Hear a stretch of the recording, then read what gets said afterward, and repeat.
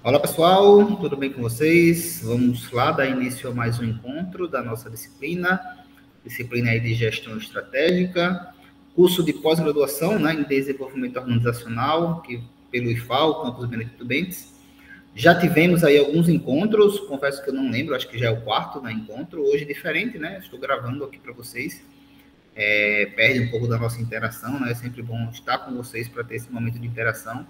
Hoje vai ser mais expositivo, né, eu vou finalizar, digamos assim, os tópicos daquelas 5 etapas, né? A gente parou na metade da terceira etapa, e aí abordar agora aqui com vocês continuação, né, dessa terceira etapa, falar um pouco da quarta e da quinta etapa, para a gente fechar essas etapas, né, que estão, inclusive, norteando aí o conteúdo da nossa disciplina, tá? De antemão, se você tiver alguma dúvida, pode entrar em contato, já que a gente não vai ter esse momento de debate aqui no ao vivo, então fiquem à vontade aí para entrar em contato pelas plataformas aí que vocês já conhecem, para tirar alguma dúvida, né? Eu sugeri alguma coisa, ok? Deixa eu projetar aqui para vocês, para a gente começar. Só um minuto.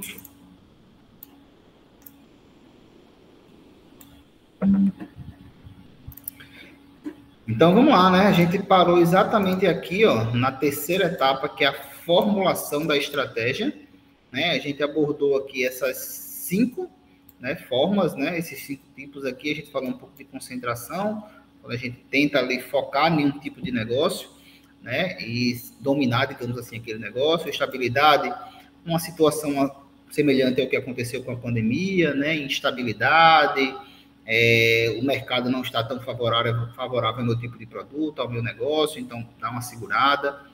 Crescimento, né, de uma maneira geral, eu quero ampliar meus negócios, por exemplo, eu quero aumentar a minha participação no mercado, eu quero aumentar a minha empresa com fusões, enfim, com várias possibilidades que nós abordamos aqui.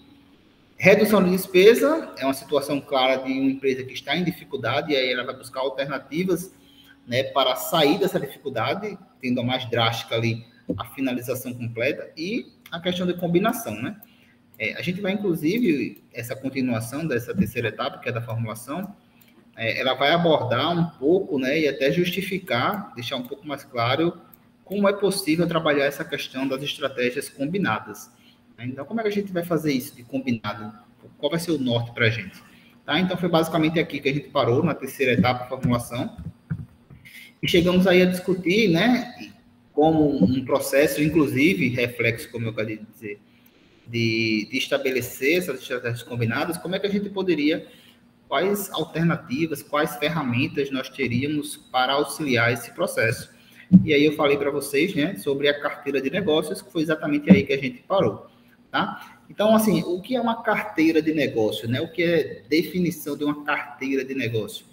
Entenda que eu estou tratando aqui negócio, pessoal, meio que como um produto, para ficar mais claro, tá? Mas não é necessariamente o produto em si, mas são negócios.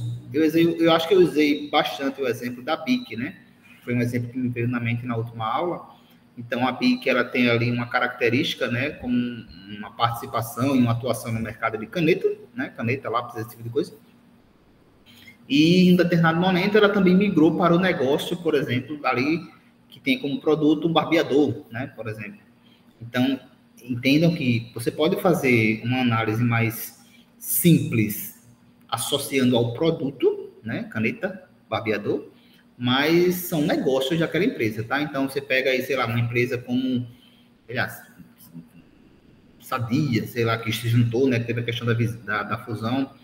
Vocês observam que o ramo de atuação delas, né, embora sejam o mesmo, elas podem ter negócios em variados segmentos, certo?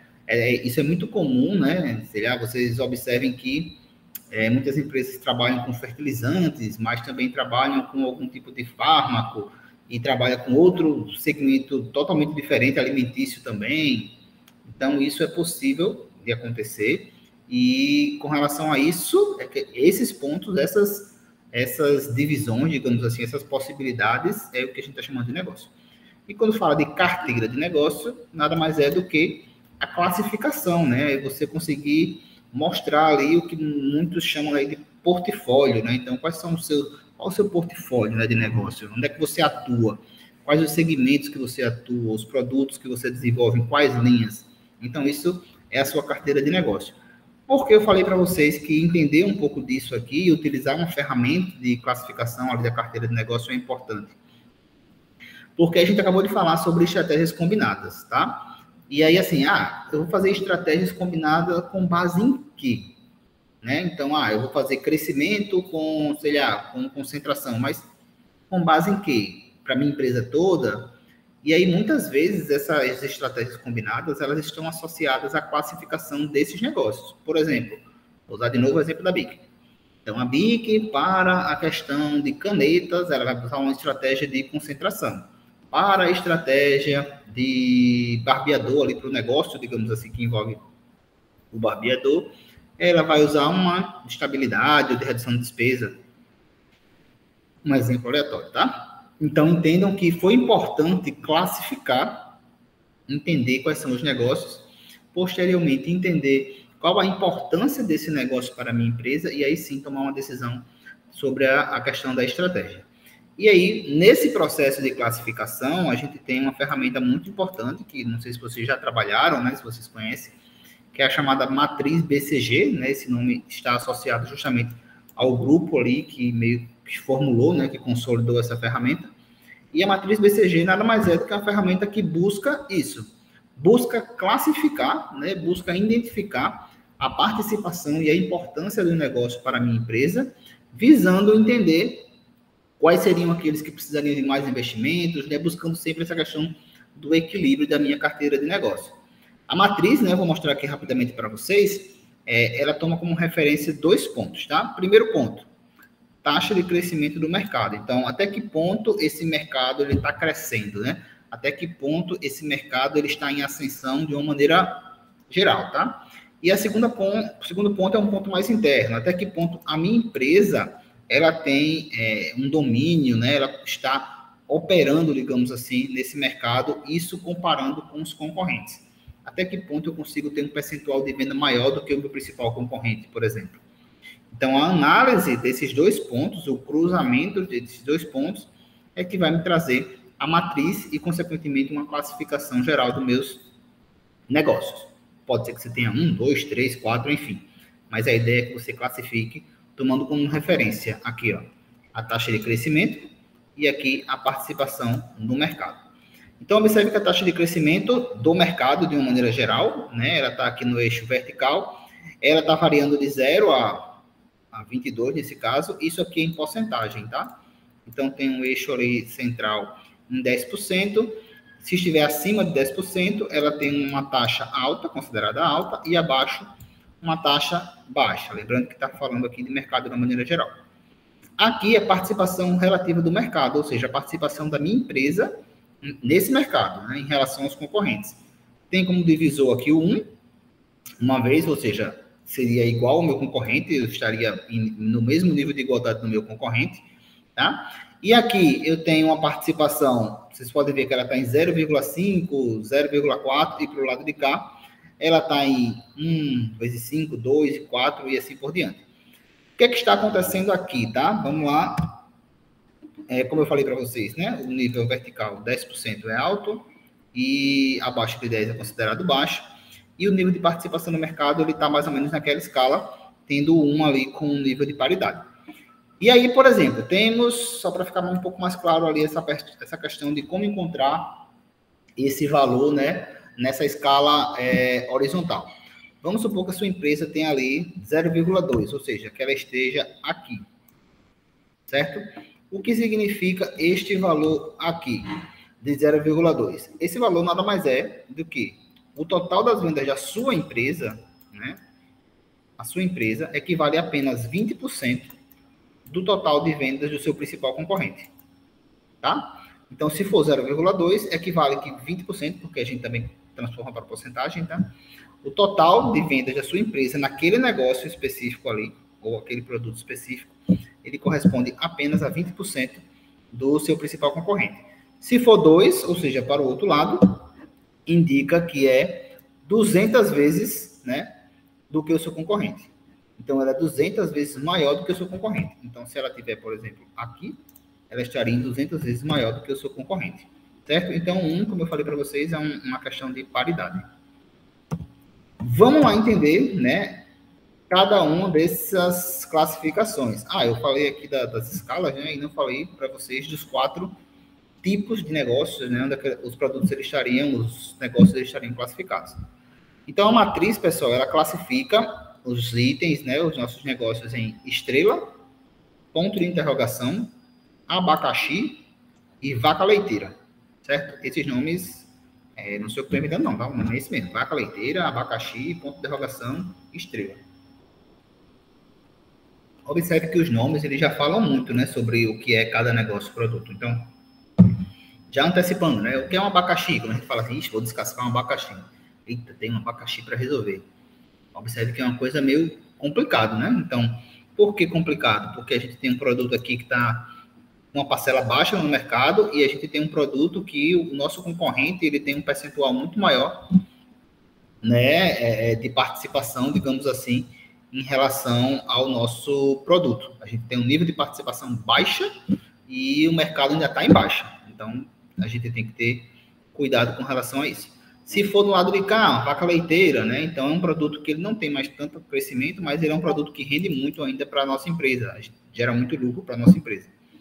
Estrela, né? Seria ali o ápice, né? Um produto que está em crescente e a gente tem uma participação muito grande, boa de mercado. E ponto de interrogação é um produto que ele tende a crescer, né? Tende a estar no mercado crescente, mas ainda existe uma dúvida com relação à participação. A gente não tem ainda uma participação muito concreta deste produto.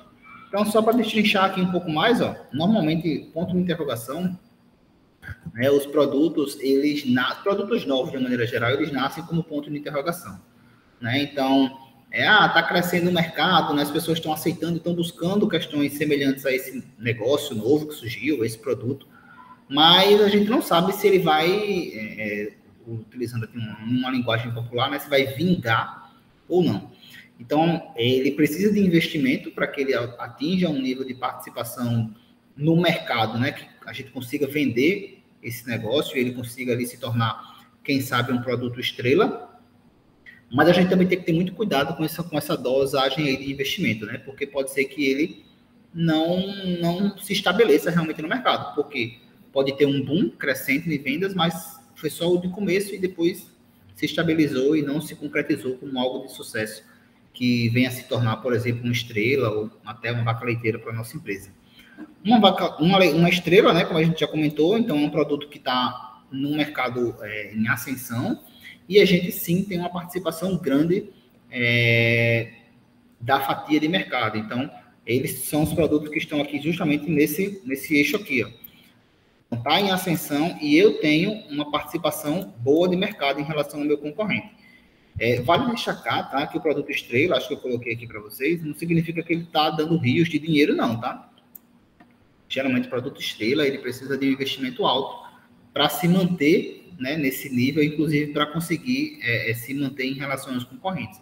Porque aqui é onde estão as principais brigas, digamos assim, de briga de cachorro grande, né, em relação a negócios, a produtos. Então, o produto estrela, geralmente, ele necessita de um grande investimento para se manter naquele nível de participação em relação aos concorrentes.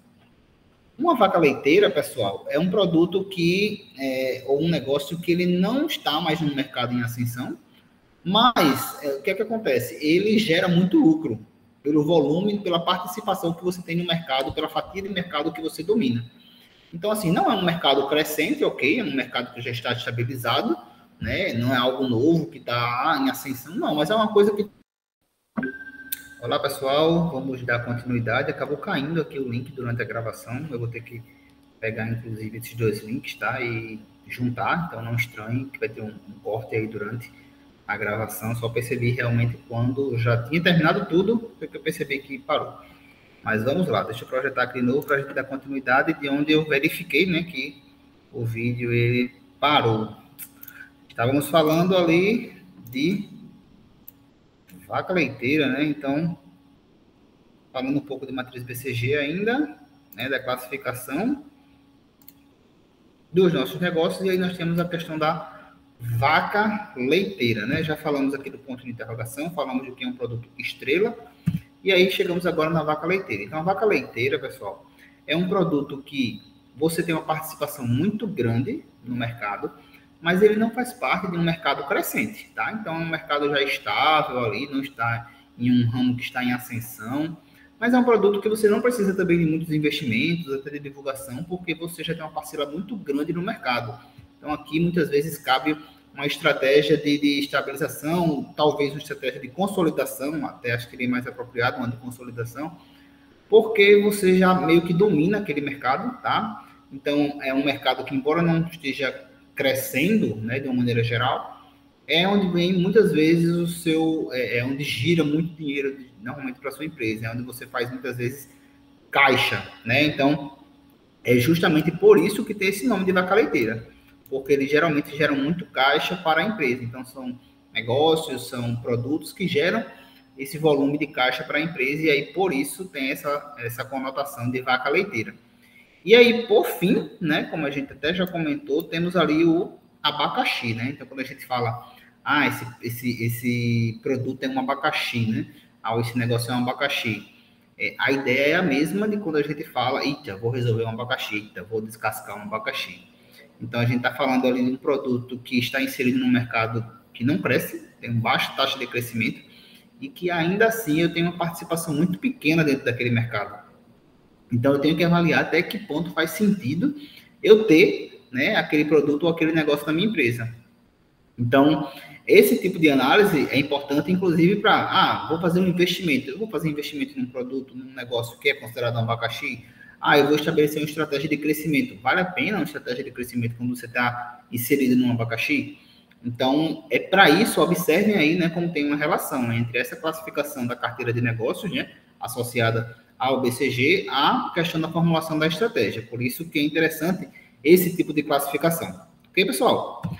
Fechado essa etapa, né, terceira etapa da formulação, a gente avança agora para a quarta, que é a implementação, depois o controle. Então, aqui a gente vai definir o passo a passo de colocar realmente em prática tudo aquilo que a gente já definiu. Vocês vão ver que, inclusive, esta etapa de implementação, ela também está subdividida, digamos assim, em outras etapas, né? Não sei se vocês perceberam que foi um processo que meio que aconteceu ao longo de todo o conteúdo da gente, né? Então, a gente tinha a questão do plano estratégico de uma maneira geral, aí definindo as 5 etapas, e cada etapa tinha ali uma decomposição em etapas, que muitas vezes era também subdividido em outras ações. Então, é interessante, né, que foi inclusive um dos motivos de fazer meio que a aula dividida, né, em alguns momentos, para que vocês não confundissem esse volume de informação e ficasse mais fácil de assimilar o que a gente vem trabalhando. Puxando aqui para a minha implementação estratégica, tá? Então, o que é que a gente vai fazer nessa etapa? A primeira coisa que a gente tem que fazer sempre é analisar que tipo de mudanças, quais as mudanças que serão necessárias implantar na minha empresa para realização, né, para a implementação, sendo meio que redundante, da estratégia, do plano estratégico que eu defini. Então, observem, no trabalho de vocês, por exemplo, vocês vão partir de uma realidade de que existia uma empresa antes da pandemia, veio a pandemia e vocês vão estabelecer um novo direcionamento para essa empresa. Muitas vezes é uma empresa diferente, tá, pessoal? A empresa que estava antes da pandemia foi completamente transformada no momento pós-pandemia. Então, observem que se é uma empresa diferente, né, quais são as mudanças que eu preciso executar nessa empresa? Né? Qual o nível de ajuste que eu vou precisar fazer nessa empresa? Isso tem que ser observado antes de implementar a estratégia, ou como um primeiro passo de implementação de estratégia, porque, imagine, você começar a executar ou implementar alguma coisa sem verificar que vai ser necessário fazer uma mudança, às vezes, de cultura, às vezes de pessoal, enfim, seja lá do que for, pode ser que você comece a implementar a estratégia e já comece ali tendo um gargalo, tendo uma dificuldade nesse processo. Então, o primeiro passo realmente é analisar, verificar quais as mudanças que serão necessárias, e aqui tem alguns tipos de mudanças que eu listei para vocês. Estratégia de continuação, que seria ajuste simples, né? Muitas vezes dá continuidade à empresa no formato que ela era, mudança de rotina, coisas mais operacionais, mudanças limitadas, muitas vezes associadas a uma mudança um pouco mais avançada, como uma linha nova de negócio, um tipo novo de produto, e uma mudança radical seria uma transformação, né? Então, imagine uma empresa que trabalhando numa linha de negócio, em um segmento, e aí remodela tudo para avançar para um outro segmento de negócio. Então, seriam esses tipos de mudanças E esses tipos de mudança que a gente tem que analisar na primeira etapa. Segunda etapa, tá, pessoal? A questão da estrutura organizacional, né? Seja a estrutura formal e a estrutura informal. E aqui é importante que a gente analise esse tipo de coisa, né? Porque muitas vezes, quando a gente reorganiza a nossa empresa, verifica quais são as mudanças que vão ser necessárias, muitas vezes nessas mudanças muda inclusive a estrutura, né? Algum setor que não faz mais sentido. A minha empresa agora não é uma empresa mais de produção. Trabalhava com a parte de produção, vou tirar a parte de produção, vou terceirizar, digamos assim. Então não faz mais sentido ter um setor de produção. Então, eu tenho que analisar essa estrutura formal, o meu organograma, né, o meu fluxo e, consequentemente, a minha estrutura informal, né, as relações de trabalho, como é que existem ali. A gente sabe que tão importante como a empresa formal é a empresa informal, né? A empresa informal que está muitas vezes associada, inclusive, ao próximo tópico, né, que é a questão da cultura, as relações, as conduções dentro dessa empresa. Então, eu tenho que analisar essa questão da estrutura, o que é que vai precisar ser ajustado, onde é que vai ser implementado, como vai ser implementada a minha estratégia, e depois passar para a questão da análise da cultura organizacional. Até que ponto os meus valores serão modificados, até que ponto eu vou ajustar, digamos assim, o conceito da minha empresa, a essência da minha empresa, né? Aquilo que a minha empresa tem como valor, ele precisa, por exemplo, inserir algo como sustentabilidade, questão social, porque eu tenho um novo modelo de negócio que necessita dessa ênfase, digamos assim, né? Além disso, né, para além disso, dessa questão de sustentável, eu até citei aqui para vocês no momento que eu estava gravando anterior, só reforçar, tem um documentário, eu acho que é Indústria Americana, o documentário está na Netflix, se eu não me engano. E é muito interessante falando exatamente disso. Fala de uma empresa, né, americana que foi comprada por um grupo chinês.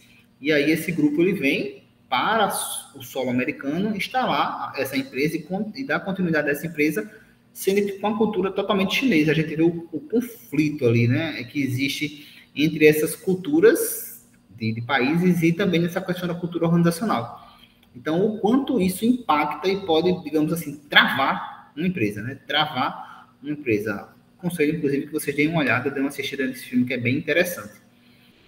Por fim, né, entre aspas, né, porque ainda tem implementação propriamente na prática, mas é selecionar meio que uma abordagem, né? Então, a abordagem do comandante é aquela abordagem de cima para baixo, né? Você executa ali de cima para baixo, tem ali um gestor-chefe, digamos assim, que vai coordenar, conduzir todas as coisas, e ele que vai ficar responsável, inclusive, pelo acompanhamento, medir, avaliar como é que está todo esse processo. Existem abordagens mais participativas, digamos assim, né?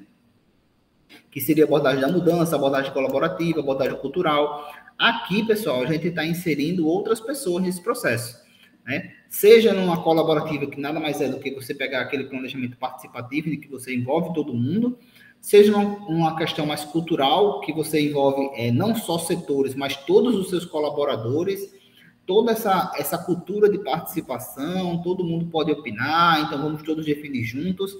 Há uma abordagem, por exemplo, de base ao topo, que é uma abordagem que cada setor meio que elabora, né? Analisa aquela estratégia para o seu setor, o que é que ele pode fazer, o que é que ele pode colaborar, como seria essa implementação naquele setor, se faz sentido ou não faz sentido, e aí depois isso é repassado para o seu gestor. Observe superior, né? Então, observe que existe um nível maior ali de participação e, por fim, implementar, né, e avaliar, que já estaria relacionado ao controle, os resultados. Por fim, pessoal, chegamos ao controle.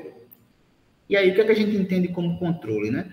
Controle nada mais é do que um processo de avaliação, de controle, de acompanhamento, realmente, do que a gente estabeleceu e do que a gente vai implantar, tá? E existem diversas ferramentas que a gente pode utilizar para este processo, né? Então, desde cronogramas simples, ou cronograma de marcos, por exemplo, que você vai acompanhar ao final de cada marco, né? Você traça ali o seu plano de uma maneira geral, estabelece ali, tipo, cada etapa, né? A implementação de cada etapa como um marco, e aí você avalia como é que foi feito isso. Existem programas, se você utilizar essa ideia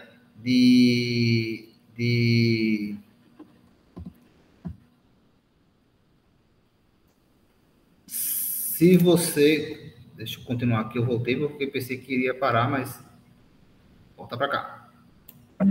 Se a gente utilizar, se a gente utilizar uma visão assim de projeto, né, digamos assim, existe um MSL Project, por exemplo, não sei se vocês trabalharam Project, por exemplo, na disciplina de projetos.